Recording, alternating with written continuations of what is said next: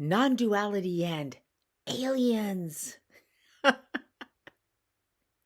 So we've been watching this TV series, made for TV and it's on Netflix, and it's about aliens.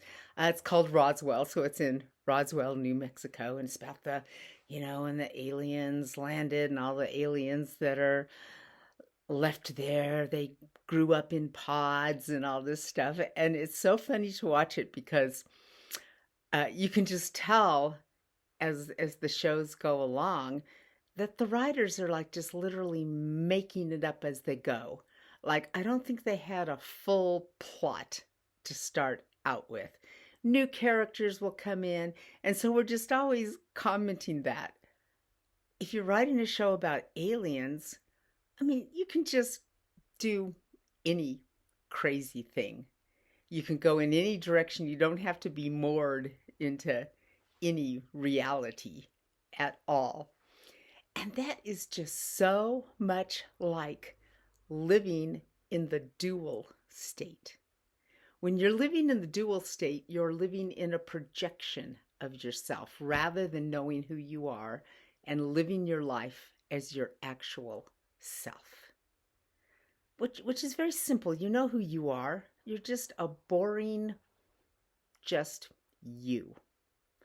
Of course, if you take just a minute to stop and just feel the essence of you, you feel how it's connected to everything and how everything is real.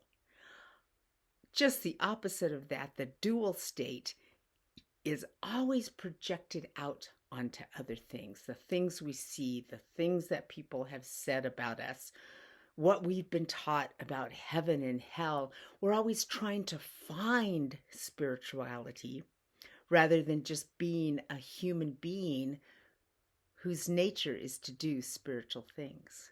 So you're always just projecting out of yourself. And people just literally invent the stories of their lives. I mean, so many of our spiritual teachings, like create your own reality, Course in Miracles, that is literally a whole course about how to invent your best projection. It's like how to become an alien 101.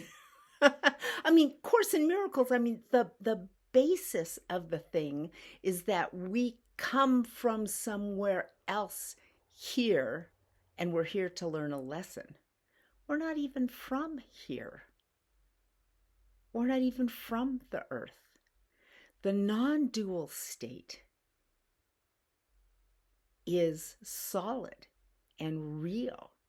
You can't invent your own reality. You live inside a shared reality with not only everyone, every person, but everything, all of our relations, all the animals and the stars and the molecules and energy. We live inside an actual reality that we are part of. One of the basic prayers of monks studying non-duality is, bring me from the false to the real. Our alien story and living constantly in projections, we put a lot of work into bringing us from the real to the false, trying to make the false just the most